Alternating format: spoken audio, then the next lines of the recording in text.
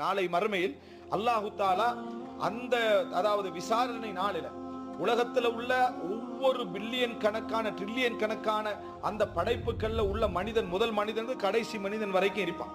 இரண்டாவது அந்த விசாரணை முதல் மனிதன் போல கடைசி மனிதன் வரைக்கும் தெளிவாக என்ன செய்யும் தெரியும். அத்தனை விஷயங்களையும் அல்லாஹு தாலா பகிரங்கமாக வடிவம் காட்டி விசாரிப்பான். அப்படி விசாரிக்கப்படுகிற நாளில் எமது எல்லா பாவங்களையும் எம்மோடு உள்ள எல்லோரும் பார்க்க போகிறார்கள், அனைத்தையும் காண போகிறார்கள்.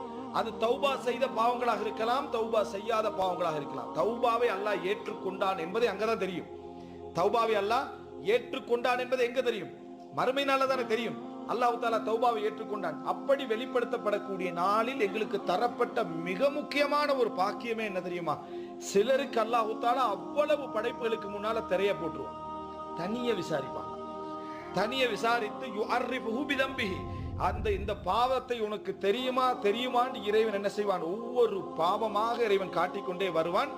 அவன் முடிவெடுத்து விடுவான், நான் அழிந்தேன், நான் அழிந்து விட்டேன் என்று முடிவெடுக்கக்கூடிய நேரத்தில் அல்லாஹு தாலா நான் இந்த அத்தனையும் உனக்கு உலகத்திலே மறைத்து வந்தேன், இன்றைக்கும் நான் மறைத்து விடுகிறேன், இன்றைக்கும் நான் மறைத்து விடுகிறேன், உன்னை மன்னித்து விட்டேன் என்று சொல்லி அல்லாஹு ரப்புல் ஆலமீன் சுவர்க்கம் அனுப்புவான். என்ன காரணம் என்று ஹதீஸிலே நம்ம பார்ப்போம் என்று சொன்னால், ஒரு மனிதனுடைய ரகசியத்தை அவர் மறைத்தது, ஒருவருடைய மானத்தை அவர் மறைத்தது, ஒருவருடைய குற்றத்தை அவர் மறைத்தது, யாருக்கும் தெரியாமல், வார்த்தைக்கு வடிவஜாலங்கள் கொடுக்காமல், முன்னுரை பின்னுரை போடாமல் முழுமையாக மறைத்து விட்டது நாளை மறுமையில் அல்லாஹ் அவரது குற்றத்தை மறைப்பதற்கு காரணமாக அமையும். நாளை